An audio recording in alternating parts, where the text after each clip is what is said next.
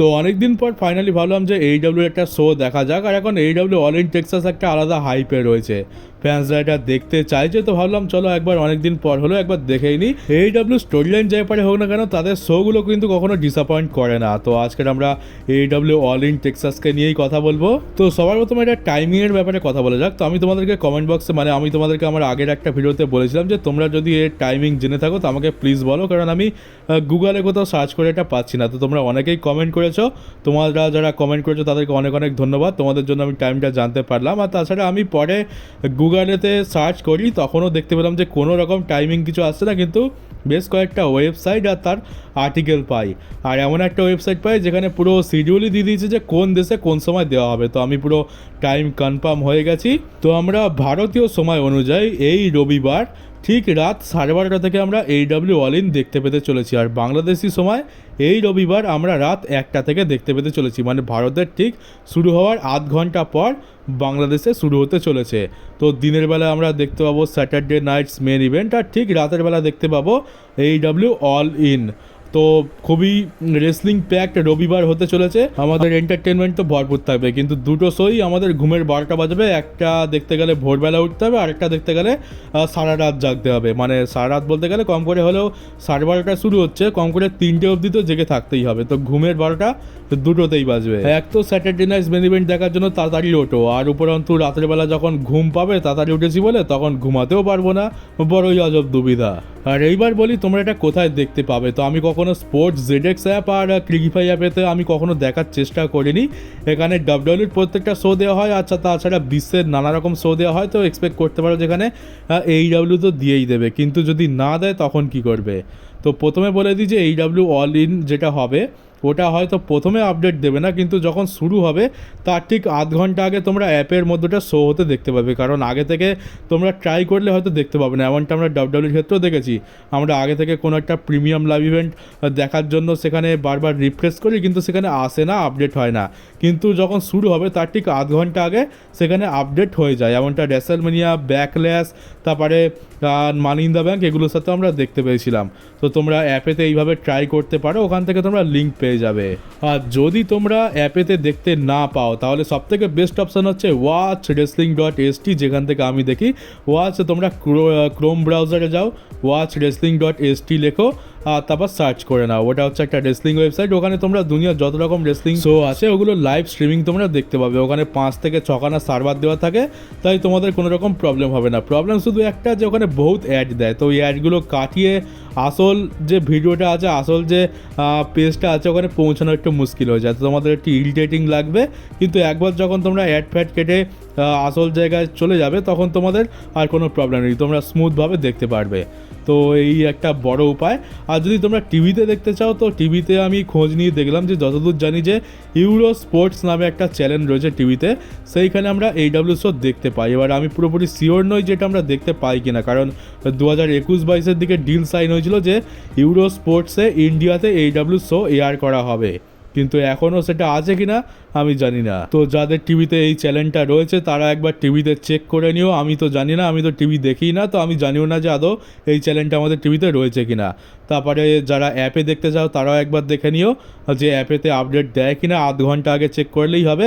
আর যদি তাও না করতে চাও তাহলে তোমরা এই watchwrestling.st থেকে আরামসে দেখতে পারবে। তো আশা করি আর কোনো ডাউট নেই। আর এই ভিডিওতে আমি ম্যাচেসের কথা বলবো। আমি আপাতত যে কটা ম্যাচেসের ব্যাপারে জানতে পেরেছি এইডব্লিউর ওয়েবসাইট থেকে, সে কটা নিয়েই কথা বলবো। টোটাল 6খানা ম্যাচ দেখতে পাচ্ছি, আরও কয়েকটা ম্যাচ আছে কিনা আমি তো বলতে পারবো না, কারণ আমি স্টোরি লাইন তো তেমন ফলো করিনি। আর আমি এই ভিডিওতে কোনো প্রেডিকশানও করতে যাব না, কারণ আমি প্রেডিকশান করবো কার বেসিসে, আমি তো এইডব্লিউ দেখিই না। আর আমি জানিও না যে স্টোরি লাইন কী চলছে, কার বেসিসে এই রাইভালরি চলছে, আর এই ম্যাচগুলো কার বেসিসে বিল্ড করা হয়েছে। আর এমনকি এটাও জানি না যে কে হিল আর কে ফেস। তো এখানে প্রেডিকশন করা তো বোকামু হবে, কিছু না জেনে প্রেডিকশন করা উচিতই নয়। শুধুমাত্র কি কি ম্যাচেস আছে সেগুলো নিয়ে কথা বলবো। তো চলো দেখে নেবো প্রথম যে ম্যাচেসটা রয়েছে সেটা হচ্ছে অ্যাডাম কোল ভার্সেস কাইল ফ্লেচার। এটা হতে চলেছে TNT চ্যাম্পিয়নশিপের জন্য।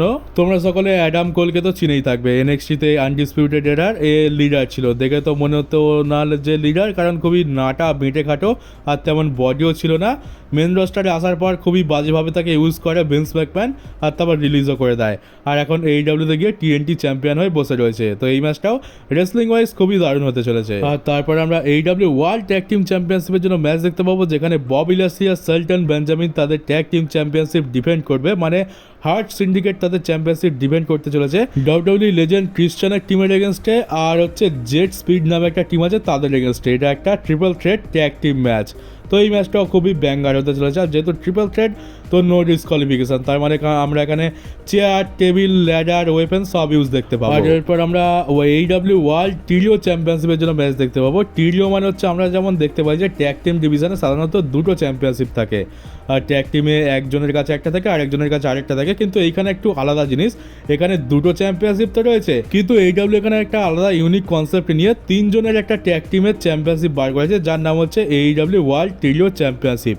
যে সমস্ত ফ্যাকশানে আমরা দুজনের বেশি সুপারস্টার দেখতে পাই, তিনজন হয়তো মেম্বার রয়েছে, যেমন ধরে নাও WWE-তে নিউ ডে ছিল, বিগি, কোফি কিংস্টন আর জেভিয়ার রুড, সেখানে আমরা দুজনের কাঁধেই ট্যাগ টিম চ্যাম্পিয়নশিপ দেখতে পেতাম, কিন্তু যদি তারা AEW-তে থাকতো তাহলে তিনজনের কাঁধেই ট্যাগ টিম চ্যাম্পিয়নশিপ থাকতো।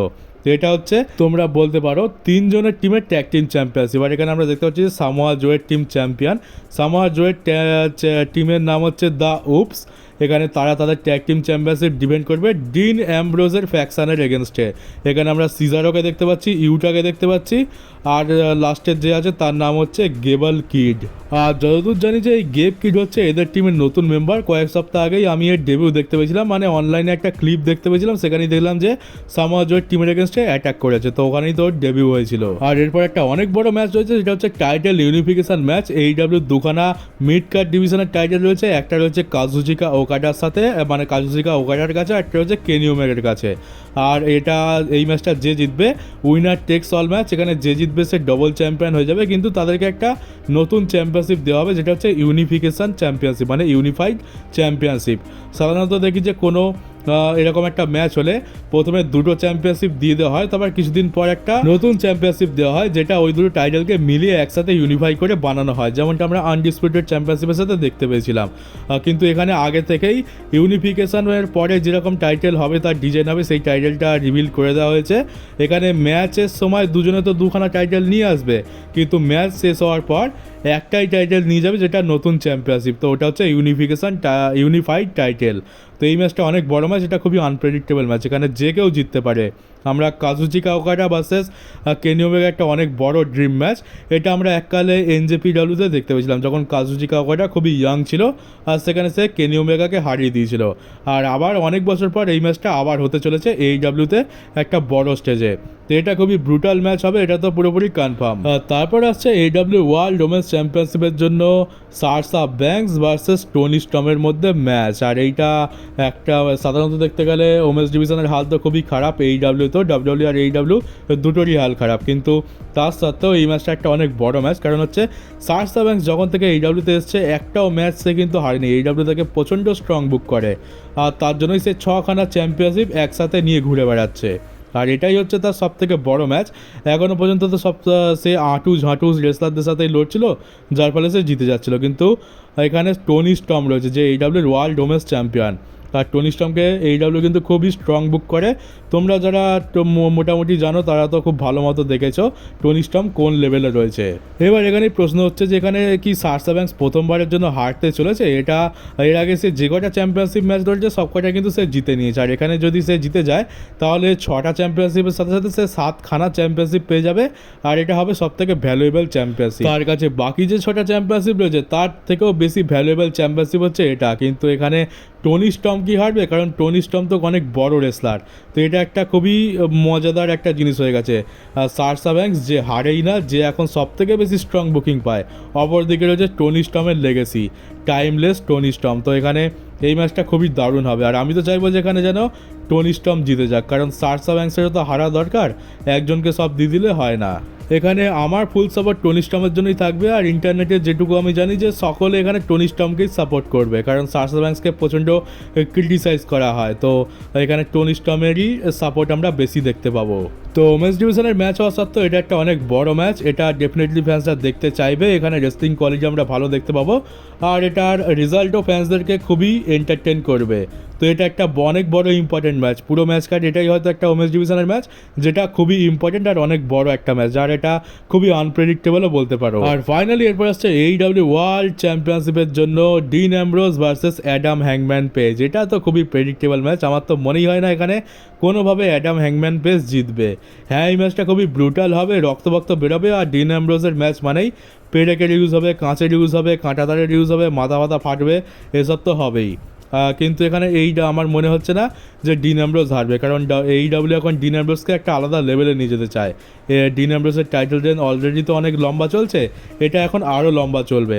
তো ম্যাচ খুব ভালো হবে, এন্টারটেনিং হবে, কিন্তু আমার মনে হয় না এখানে টাইটেল চেঞ্জ হবে। আর যদি টাইটেল চেঞ্জ হয়ে যায় অনেক বড় শকিং মোমেন্ট হয়ে যাবে, যেটা আমার মনে হয় না এখানে হতে চলেছে। তো আপাতত তো আমি এই কটা ম্যাচের ব্যাপারেই জানতে পেরেছি, মনে হচ্ছে এই কটাই ম্যাচ আছে, আর হয়তো কোনো এক্সট্রা ম্যাচ নেই। এই ছখানা ম্যাচই পুরো ব্যাঙ্গার ম্যাচ, মানে একটা ম্যাচে তোমরা বোর হবে না, এটুকু আমি গ্যারান্টি দিয়ে বলতে পারি। তো চলো, এই তো হয়ে গেলো পুরো ম্যাচ কার্ডের রিভিউ। এবার দেখা যাক শোটা কেমন ডেলিভার করে, আর আমি চেষ্টা করবো যেন এই AEW অল ইন টেক্সাসের আমি রিভিউ ভিডিও দিতে পারি, যে কী কী হয়েছে সেটা তোমাদেরকে রিভিউ করে জানাবো, যেমনটা আমি WWE শোর সাথে করে থাকি।